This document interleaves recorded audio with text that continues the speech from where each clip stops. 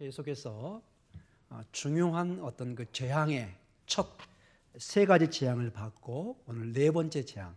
이 세 가지 앞에 재앙은 피, 개구리, 이건 전부 다 그들의 가장 중요한 자연 중에 하나인 나일강과 연결된 것이고, 이제 이집트 땅과 연결되는 새로운 재앙이 시작되는 네 번째 재앙이 주어지는 것을 보게 됩니다. 제가 오전 설교도 얘기했지만은 마치 부모가 있고 자식이 있으면 자식은 그 부모를 반영한다고 얘기했습니다. 여러분, 이 재앙들이 이렇게 하나씩 주어지는 것은 분명한 이유가 있는 것을 보게 됩니다. 마치 동물의 세계에서 그 어린 자식들이 앞으로 살아가기 위해서는 그 음식을 잡아먹는 방법이라든지 살아가는 방법을 부모를 통해서 엄마나 아빠, 그 새나 짐승을 통해서 배우게 됩니다. 이스라엘 백성들도 단순히 그냥 한순간에 구원을 해서 약속의 땅으로 가는 것이 아니라 그 하나님이, 그 언약의 하나님이 어떤 분이신가를 함께 배워가야 되는 것입니다. 우리 신앙도 마찬가지입니다. 우리는 하나님을 날마다 알아가야 되는 것입니다. 그래서 어떤 분은 그런 얘기를 합니다. 그냥 주일 예배만 됐지 뭐 이렇게 예배가 많이 필요한가? 왜 이렇게 모이기를 힘써야 되는가? 한번 기도하면 하나님 다 알아서 응답하시지 뭐 이렇게 자꾸 강구해야 되는가? 그래서 어떤 분들이 이런 얘기를 합니다. 우리의 이 예배 시간을 거룩한 낭비다. 낭비 같은데 이게 거룩한 것입니다. 우리가 하나님 앞에 물질과 시간을 허비하는 것처럼 보이지만 이게 거룩한 것입니다. 왜냐? 하나님께 바쳐지기 때문에 그렇습니다. 여러분, 쉽게 얘기해서 우리가 아무리 바빠도 잠은 자야 됩니다. 특별히 우리 공부하는 학생들 4시간 이상 자면 뭐 대학에 떨어지고 그런 얘기 있잖아요. 근데 그 말에 굉장히 위험성이 있습니다. 여러분, 우리의 뇌는 잠을 자지 않으면 우리의 생각한 모든 논리가 정리가 안 됩니다. 그래서 사실은 진짜 공부 잘하는 사람은 충분히 잠을 잡니다. 어제 밤샜는데요, 당장 찍는 시험은 잘 볼지 모르지만 2, 3일 지나면 다 잊어버립니다. 왜냐? 이 뇌가 쉬지를 못했기 때문에. 그래서 어떤 중요한 일을 앞두고는 사실은 마음을 편안히 갖고 내 몸이 쉬어줘야 되는 것입니다. 아무리 그래서 우리가 바빠도 잠은 자야 됩니다. 아무리 바빠도 밥은 먹어야 됩니다. 여러분, 여기에 이의를 제기할 수 있는 사람 있나요? 없습니다. 우리 신앙인들은 아무리 바빠도, 아무리 자기 일에 우선순위가 있어도 하나님 앞에 거룩한 낭비 시간을 가져야 되는 것입니다. 굳이 우리가 이걸 낭비라고 세상 말로 쓴다면은 우리는 거기에 거룩한 낭비라는 말을 써야 되는 것입니다. 오늘 이스라엘 백성들이 이것을 배워가는 것입니다. 그냥 단순간에 열 재앙이 아니라 한순간에 하나님은 이스라엘 백성들을 독수리가 그 새끼들을 한 품에 안아서 옮겨가듯이 우리를 옮겨갈 수 있습니다. 그러나 우리의 삶 속에 여러 가지 시험과 고난과 재앙 같은 것들이 보이는 것은 때로는 우리가 깊이 바라보면은 하나님은 우리를 이 땅의 삶 속에서 훈련시키는 과정인 것을 보게 됩니다. 그래서 이 재앙을 단순히 하나님께서 이스라엘 백성들을 제외하고 이집트 백성들에게만 어떤 심판을 내리는 그런 차원으로 볼 것이 아니라 우리도, 이스라엘 백성도, 저희들도 하나님이 역사해가는 방법들을 배우는 것입니다. 가장 성공할 수 있는 길은 가장 우리의 앞선 어떤 멘토나 중요한 사람의 방법을 배워가는 것입니다. 그래서 수많은 돈과 시간을 투자해서 사부를 찾아가고 스승을 찾아가고 멘토를 만나고, 제가 저번에 한번 얘기했나요? 그 워런 버핏이나 유명한 사람과 한 번 식사하기 위해서 한 번 정신값으로 10억, 5억, 20억 이렇게 투자합니다. 왜냐? 그 사람을 정말 만나기가 힘든 것입니다. 그 사람의 말 한마디가 내 인생을 변화시킬 수 있는 그런 아이디어를 가지고 있다고 믿기 때문에 그렇습니다. 세상 사람도 어떤 절대적인 가치를 돌 때 모든 걸 투자합니다. 왜? 거기서 얻을 것이 있기 때문에. 우리 신앙인들이 이 하나님 앞에 투자하는 것은 우리 면에서 투자처럼 보이지만 이것은 우리의 생명과 연결된 것입니다. 그래서 힘들지만 여기 여러분 앉아있는 여러분들에게 축복이 있을 줄 믿습니다. 이것은 그 유명한 어떤 한 신학자의 얘기처럼 거룩한 낭비입니다. 누가 여러분 집에 가서 편히 쉬고 싶지 않겠습니까? 누가 여러분 이 예배 중에 가끔씩 하품을 하고 싶겠습니까? 저도 엄청 하품을 많이 했어요. 제가 한번 얘기했나요? 저쪽 교회 있을 때 성가대가 앞에 보이는데 거긴 좀 교회가 규모가 컸습니다. 저 뒤쪽에 앉아가 제가 하고 잠을 잤습니다. 교회가 난리가 한번 났습니다. 너무 대놓고 제가 자가지고 아마 그때 제가 담임 목사였으면 난리 났었을 겁니다. 그때 저도 너무 피곤했나 봐요. 그냥 순간적으로 그냥 이렇게 잠깐 쉬었는데 입을 벌리고 자고 있었던 거죠. 이 시간 여러분 정말 이렇게 쉬고 싶습니다. 그러나 하나님 앞에 드리는 이 거룩한 시간을 우리는 투자하고 있습니다. 심는 만큼 거둘 줄 믿습니다. 오늘 계속해서 우리 말씀을 보도록 하겠습니다. 20절에 같이 읽겠습니다. 여호와께서 모세에게 이르시되 아침에 일찍이 일어나 바로 앞에 서라. 그가 물 있는 곳으로 나오리니 그에게 이르기를 여호와께서 이와 같이 말씀하시기를 내 백성을 보내라. 그러면 그들이 나를 섬길 것이니라. 아멘. 여기에 아침에 일찍이 일어나 바로 앞에 서라. 일찍이 일어나. 이 일찍이란 단어가 나오고 이럴 때는 굉장히 어떤 준비성이 필요된 걸 봅니다. 아브라함에게 이삭을 바치라고 할 때 그 본문에 보면 뭐라고 나오죠? 아침 일찍 일어나 일을 시작합니다. 이 문법상도 하나의 명령형입니다. 이제 너는 담대하게 바로 앞에 서서 다시 한번 하나님의 능력으로 바로와 대결하라고 지금 명령하고 있는 것입니다. 그리고 아침 일찍 일어나 바로 앞에 서라. 그리고 우리 해석은 안 나와 있는데 그가 그 물 있는 곳으로 나오니라 할 때 거기에 히브리 원어에 따라해 볼까요? 히네라는 단어가 나옵니다. 보아라, 이제 그가 물 있는 곳으로 나올 것이다. 여기서 이 히네, 보아라 이 뜻은 어떤 행동이나 사건의 명확성을 보여주고 눈에 띄는 행동을 강조할 때 쓰는 단어입니다. 어떤 특별한 일이 있을 것이다 이렇게 얘기하고 있는 것입니다. 근데 그 특별한 일이 뭐냐? 바로가 어디로 나온다고요? 물가. 여기 물가는 어디를 말할까요? 나일강입니다. 다시 나일강으로 나오는 것입니다. 왜 여러분 이게 중요할까요? 이제는 나일강이 그냥 물이 아닌 걸 여러분 아시죠? 나일강을 지배하는 신이 바로 하피 신입니다. 이 하피 신에게 나가서 또다시 제사를 지내는 것입니다. 이미 이스라엘 하나님이 여호와를 통해서 창피를 당하고 무너졌는데도 아직 이 바로는 옛 습관과 미련이 남아있고 자기 신에 대한 애착을 드러내고 있는 것입니다. 이미 창피를 당한 나일강의 신 하피에게 다시 돌아가 예배를 드리고 다시 경배하는 모습을 보여주고 있습니다. 하나님을 모르는 세상의 전형적인 행동 양식을 보여주고 있습니다. 아무것도 할 수 없는 허망한 세상 신들에게 우리는 또다시 우리의 운명을 맡기면서 나아가는 것을 보게 됩니다. 정말 거기에 아무런 힘과 생명이 없는데 우리는 나아가는 것을 보게 됩니다. 특별히 여러분 이 입시철에 제가 사역했던 곳이 저기 서울 홍성교회입니다. 저기 홍제동 쪽입니다. 거기에 북한산이 있고 거기 또 무슨 산이 있죠? 인왕산인가요? 그 산들이 많고 저는 그냥 산책을 통해서 갔는데 가끔 뭘 보냐면 거기서 이렇게 이상하게 기도하시는 분이 많이 계세요. 계룡산처럼. 소위 말해서 신령하신 분들이 많이 있는 걸 봤습니다. 근데 평상시는 많지 않은데 이런 입시 다가오면 거기가 막 묘집니다. 막 가진 사람들이 와서 기도하는 모습을 봅니다. 과연 응답을 해줄까요? 마음의 평안을 얻을 줄 모르지만 하나님 외에는 응답을 줄 분이 없는 것입니다. 사랑하는 성도 여러분, 세상은 힘들고 다급할 때 뭐든지 붙들기를 원합니다.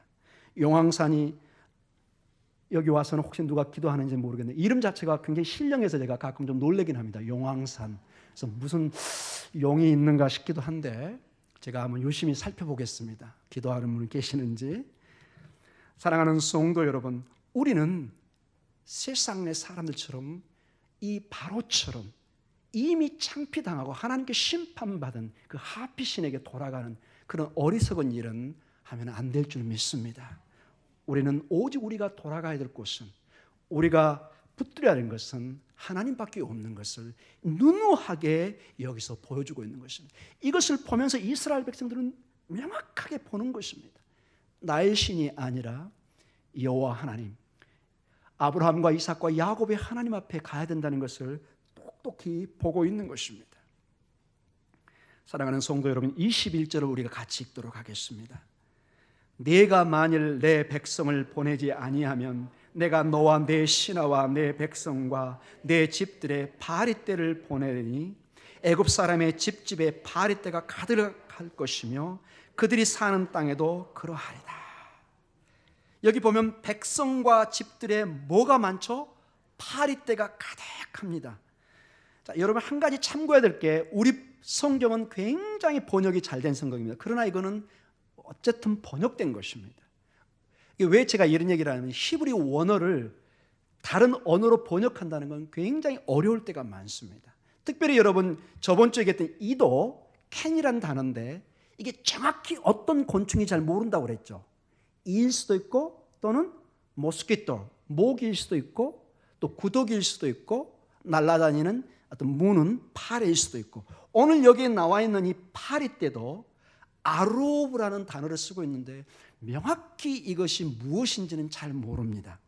전통적으로 이것은 하나의 우리를 괴롭히는 그 모기 종류 또는 늪에서 날아다니는 곤충 종류로 우리가 짐작을 하고 있습니다.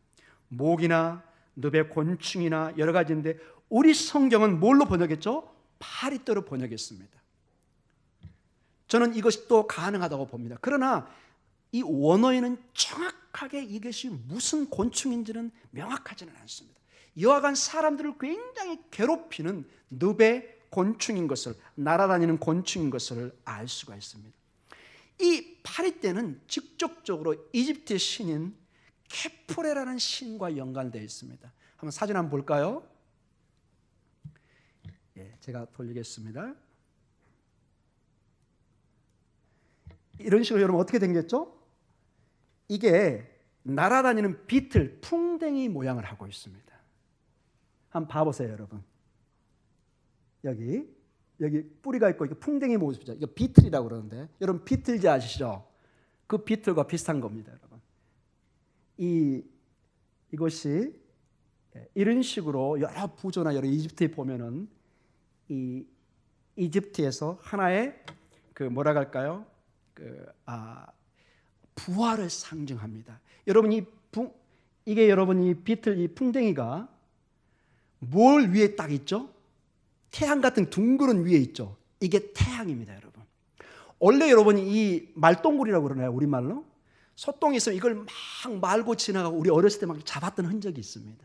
근데 이집트에도 소 같은 게 하면은 이게 많았습니다. 근데 이 모양이 마치 태양을 굴려가는 모습과 비슷합니다.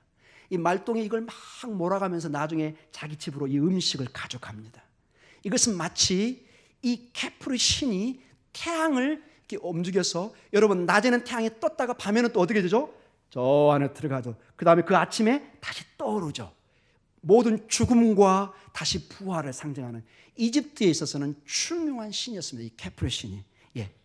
오늘로 들어가겠습니다. 이것은 이집트의 케프르 신으로, 부활의 신으로 날아다니는 이 말동굴의 이 비틀을 대적하는 것을, 즉 이것을 관장하는 이 신에게 오늘 정면으로 대적하는 모습을 보여주고 있습니다. 이것은 애굽 사람의 집집에 바리떼가 가득할 것이며 그들이 사는 땅에 그러한다고 말을 해주고 있습니다. 22절 우리 같이 읽겠습니다. 그날에 나는 내 백성이 거주하는 고센 땅을 구별하여 그곳에는 파리가 없게 하려니 이로 말미암아 이 땅에서 내가 여호와인 줄을 내가 알게 될 것이라. 자, 오늘 특별히 지금까지는 함께 이 재앙이 쏟아지는 것처럼 보였는데 오늘 네 번째 재앙에서부터는 구별시킵니다. 고센 땅을. 이 히브리 원어적에 보면은 하나님께서 의도적으로 그들을 분리시켰다는 이 문법적인 해석이 나옵니다. 이것은 하나님의 은혜 안에 자기 백성을 선택하시고 네 번째 재앙부터 피할 길을 주시는 것을 보여주고 있습니다. 처음으로 고센 땅에 고센 땅은 재앙으로부터 고통을 받지 않는다고 말을 하고 있습니다. 그 이유는 명확하게 말하고 있습니다. 이로 말미암아 이 땅에서 내가 누구인 줄요? 여호와인 줄을 내가 알게 될 것이라. 하나님만이 전능자인 것을 이집트 사람들이 알아가고 이스라엘 사람들도 그 언약의 하나님, 조상의 하나님을 배워가게 되는 것입니다. 사랑하는 성도 여러분, 23절을 계속 보도록 하겠습니다. 내가 내 백성과 내 백성 사이를 구별하리니 내일 이 표징이 있으리라 하셨다 하라 하시고, 내가 내 백성과 내 백성 사이를 구별한다. 우리 번역은 이건 잘된 번역입니다. 그러나 여기서 구별하다는 말이 페두트라는 말인데 원래 히브리 원래 뜻은 구원, 구속을 의미합니다. 누군가를 이렇게 구원하는 때 이 단어를 쓰는 것입니다. 이것은 문자적 의미는 하나님께서 내 백성과 내 백성 사이에 구원을, 구속을 두겠다는 뜻으로도 해석이 가능한 것입니다. 즉 하나님께서 이스라엘 백성을 구원하고 이집트 백성들에게는 재앙을 내리겠다는 뜻인 것입니다. 그래서 이것을 우리 성경에는 구별했다 이렇게 말을 합니다. 이것은 바로가 전혀 할 수 없는 그의 능력 밖에 있는 것을 보여주고 있습니다. 그리고 특이한 말이 이 표징이 언제 있죠? 내일 23절 한번 봐보십시오. 내일 이 표징이 있으리라 하셨다 하라 하시고, 언제요? 내일. 시간을 정합니다. 내일이라는 시간을 말하시면서 하나님께서 하나님이 원하는 시간에 이 모든 것을 지금 행하고 있다는, 시간을 조절하시는 전능하신 하나님인 것을 보여주고 있습니다. 바로나 요술사들은 절대로 할 수 없는 일, 하나님이 정한 때 하나님의 계획을 실행하는 것을 보여주고 있습니다. 사랑하는 성도 여러분, 여러분은 기도와 우리의 삶에 하나님의 때에 응답할 줄 믿습니다. 우리 때는 우리가 알지 못합니다. 우리는 안타깝고 때로는 이해하지 못하지만 하나님은 가장 우리에게 필요한 때를 알고 계십니다. 하나님이 언제 우리에게 필요한 것을 알고 있습니다. 우리는 기도하고 그의 역사를 바라보면 되는 것입니다. 가장 필요하고 적당한 때 우리 가정에, 우리 교회에 응답할 줄 믿습니다. 사랑하는 성도 여러분, 24절을 계속해서 보도록 하겠습니다. 여호와께서 그와 같이 하시니 무수한 파리가 바로의 궁과 그의 신하의 집에 애굽 온 땅에 이르니 파리로 말미암아 그 땅이 황폐하였더라. 정말로 그 다음날 이제 파리 때가 이 늪의 곤충들이 뛰어다니면서 온 땅을 황폐하는 모습을 보게 됩니다. 근데 여기 보면은 무수한 파리라고 나옵니다. 많은 파리, 이렇게 무수한 셀 수 없는 파리 나오는데 이 원어는 따라해볼까요? 카베드. 카베드란 뜻을 씁니다. 카베드란 말은 무겁고 강팍할 때 쓰는 단어입니다. 마치 7장 14절에 바로의 마음이 강팍해졌더라, 더 완악해졌더라, 이때 이 카베드라는 단어를 씁니다. 즉 여기 원어적으로 보면은 카베드란 말은 바로의 마음이 강팍해지고 그의 마음이 무겁고 강팍해지듯이 그 대가로 이집트 땅에 무수한 파리가, 카베드가 무겁게 내려앉으며 그 결과로 그 땅이 황폐해지는 것을 보게 됩니다. 한 지도자, 이스라엘 백성이 아닌 이집트 땅을 지키고 그들을 보존해낼 바로가 하나님 앞에 그의 마음을 카베드할 때, 이것을 강팍하게 할 때 하나님은 이 카베드한 무수한 이 황충들을 보내서 황폐화시키는, 즉 바로는 아무것도 할 수 없는, 그러나 하나님을 대항할 때 여기 보면은 그 세상의 불신앙에 대한 아주 그 결과가 참으로 큰 것을 보여주고 있습니다. 황폐하다 이렇게 단어를 씁니다. 아주 심한 땅에 피해가 있는 것을 보게 됩니다. 세상 사람들이 하나님을 대적하지만 그 결과는 황폐한 결과를 맞이할 것입니다. 그리고 마지막에는 하나님의 심판을 피할 수는 없을 것입니다. 25절 우리 같이 보도록 하겠습니다. 바로가 모세와 아론을 불러 이르되 너희는 가서 이 땅에서 너희 하나님께 제사를 드리라.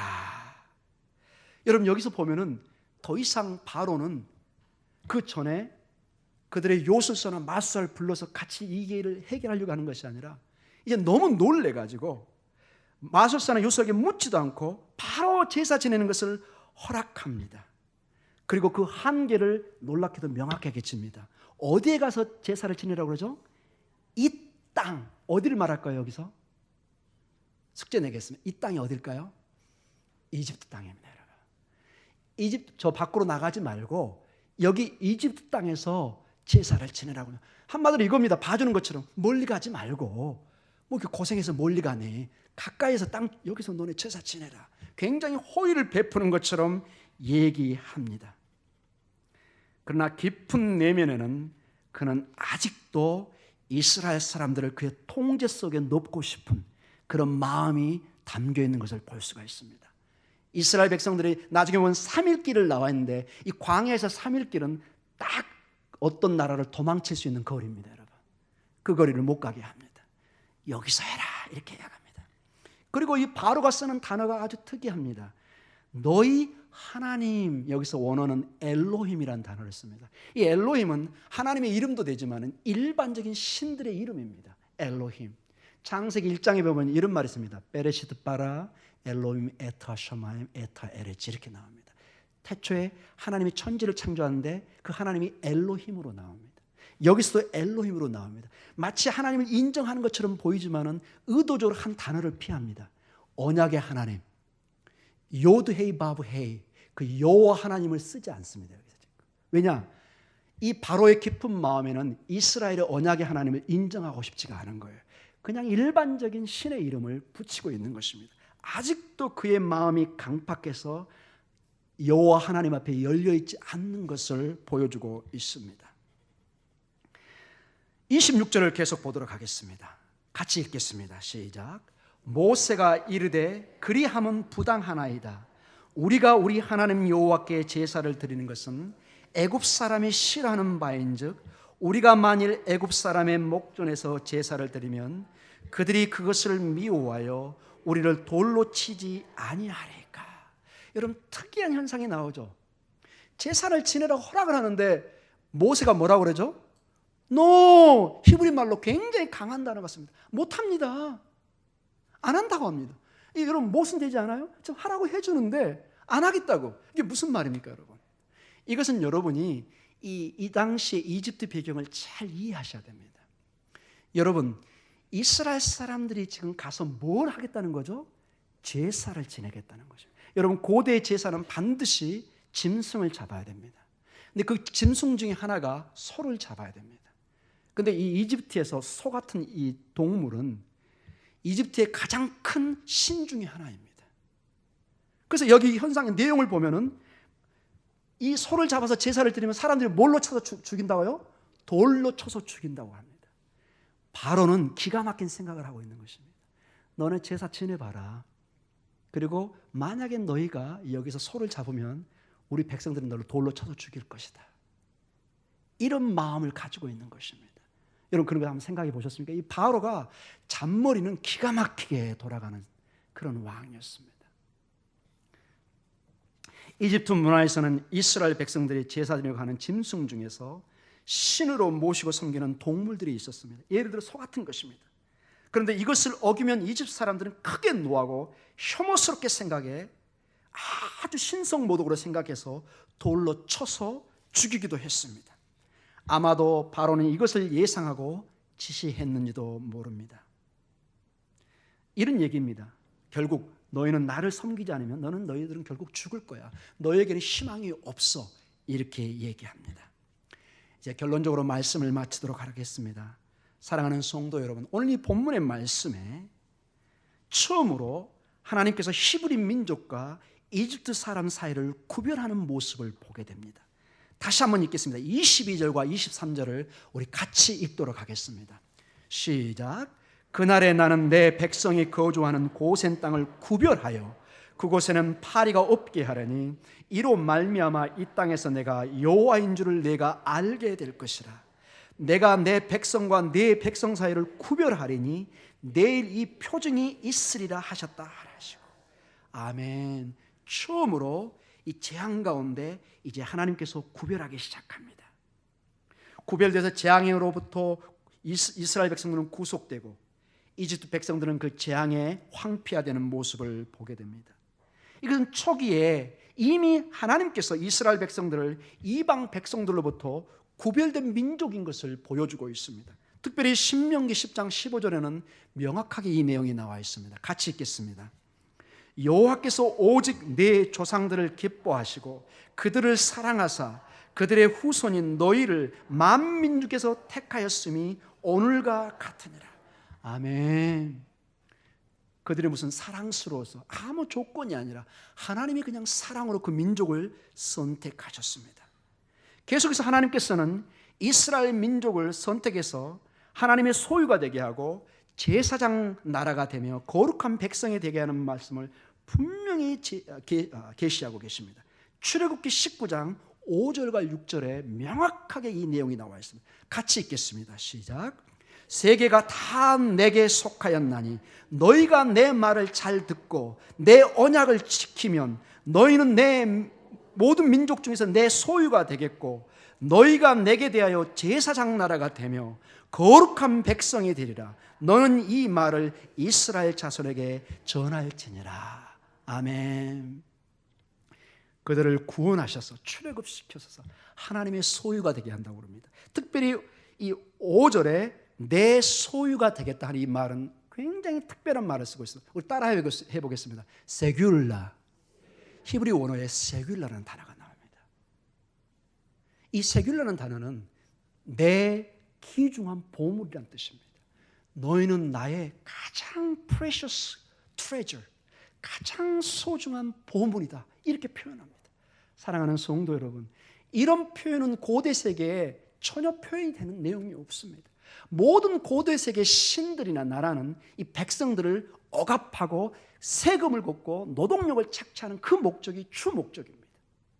그러나 하나님께서는 우리를 창조하시고 우리를 노예나 그냥 부려먹으려고 하는 예배만 받는 그런 존재가 아니라 하나님의 가장 귀한 보물로 삼으셨다는 것입니다.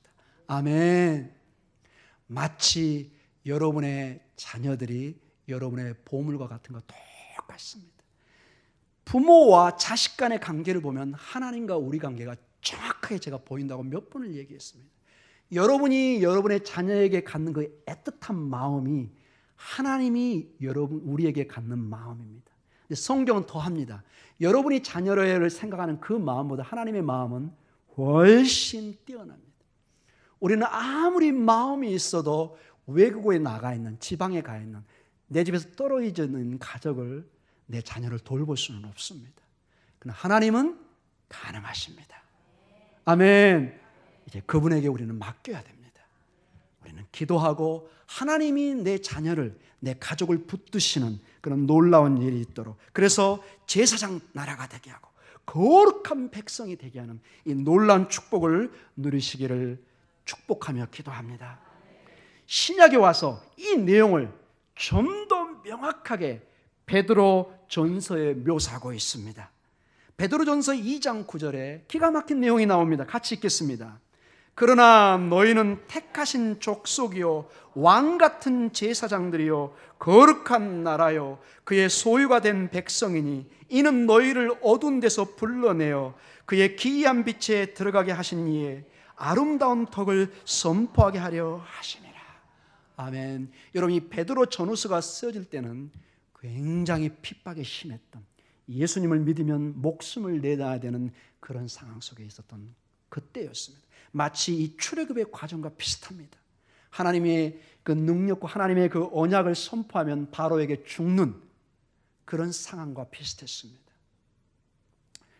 그러나 오늘 이 말씀을 봐보십시오. 희망을 주는 말씀. 너희는 그냥 핍박을 당하고 죽어가는 먼지 같은 존재가 아니라 하나님이 택한 족속이고 왕 같은 제사장이요 거룩한 나라요 그의 소유가 된 백성이니. 이것도 이 헬라도 동일하게 세귤라라는 단어를 그대로 번역한 것입니다. 너희는 하나님의 소중한 보물과 같은 존재라는 것입니다. 근데 여기서 한 가지 더 있습니다. 자, 후반부 뭐가 있죠? 이는 너희를 어두운 데서 불러내어 그의 기이한 빛에 들어가게 하신 이의 아름다운 덕을 선포하게 하느니라. 자, 2장 9절 다시 한번 띄워주십시오. 뒤에 한번 보십시오. 같이 읽겠습니다. 시작. 이는 너희를 어두운 데서 불러내어 그의 기이한 빛에 들어가게 하신 이의 아름다운 덕을 선포하게 함이라. 이게 여러분 우리 11시 예배 때 말씀드렸던 소금과 빛의 삶과 너무나 동일한 얘기입니다. 우리는 우리 자체로 끝나는 것이 아니라 우리가 아니면 세상이 부패하고 썩어져 버리는 그런 존재이기 때문에 우리는 반드시 가서 방부제 역할을 해야 된다는 것입니다. 여러분 고대 세계에 여러분 특별히 이 어촌 계통에 생선을 할 때 반드시 말릴 때 넣어야 되는 게 있습니다. 뭐죠? 소금을 넣어야 됩니다. 이거 안 넣으면은 그 며느리는 시어머니한테 혼날 것입니다. 상식을 떠난 거예요. 이거 금방 썩어버립니다. 그냥 소금을 쳐서 이것을 보존해야 되는. 그리고 이 며느리도 또 다른 며느리에게 이제 전달해 줘야 됩니다. 얘야, 이 생선을 다룰 때는 꼭 소금을 넣어야 된다. 꼬마들은 잘 모르죠. 그러나 이 소금이 세상의 방부제고 모든 음식을 보존하는 것입니다. 하나님께서 우리를 그 소중한 보화로 우리를 부르셨습니다. 여러분 보물이라는 것은 몰래 감춰놓으면 별로 의미가 없습니다. 어떻게 해야 되겠죠? 보물은 다른 사람이 볼 때 와 합니다. 아멘. 여러분 감춰놓기만 하면은 나중에 도둑놈이 소유가 될 수도 있습니다. 보물은 바짝바짝 빛나고 그 소중한 것이 빛나져야 됩니다. 빛이 발할 때 여러분 다이아몬드가 58면입니다. 이게 쫙 빛을 발합니다. 사랑하는 성도 여러분, 여러분 오늘 신앙삶에 58면의 빛이 비치길 원합니다. 여러분의 삶 속에 다이아몬드 같은 빛이 바짝바짝 할렐루야. 여러분 이건 내가 하는 것이 아닙니다. 이미 얘기했습니다. 우리는 그의 소유가 된 사람입니다. 이미 우리는 빛이고 소금입니다. 이것을 우리가 무디게만 안 하면 됩니다. 이것을 감춰놓으면 안 됩니다. 이 보물을 세상의 보물은 좀 들어오니까 숨겨놓고 장롱에 넣어놓지만 성경의 보물은 내놔야 가치가 있습니다. 빛처럼 세상에 내놔야 세상을 비추는 것입니다. 그걸 보고 사람들은 이 소금의 맛을 빛의 의미를 깨닫게 되는 것입니다. 사랑하는 성도 여러분, 여러분은 하실 수 있습니다. 여러분은 무한한 가능성을 가지고 있습니다. 우리 주의 성령께서 오늘 역사하고 계십니다. 그분께 맡기고 그분께 간구하고 하나님 저를 통해서 하나님의 놀라운 소금의 맛과 빛의 향연이 일어날 수 있도록 축복해 주시옵소서. 내 얼굴을 통해서 내 입술을 통해서 내 입을 통해서 하나님의 영광이 드러날 수 있도록 도와주시옵소서. 얼마나 멋집니까 여러분. 우리의 인생이 이제 30년 40년 50년 인생인데 내 이 손에서 내 입술에서 내 얼굴에서 하나님의 강체가 하나님의 빛이 하나님의 보물이 드러난다면 얼마나 감사한 일입니까? 우리 이 시간에 기도하겠습니다.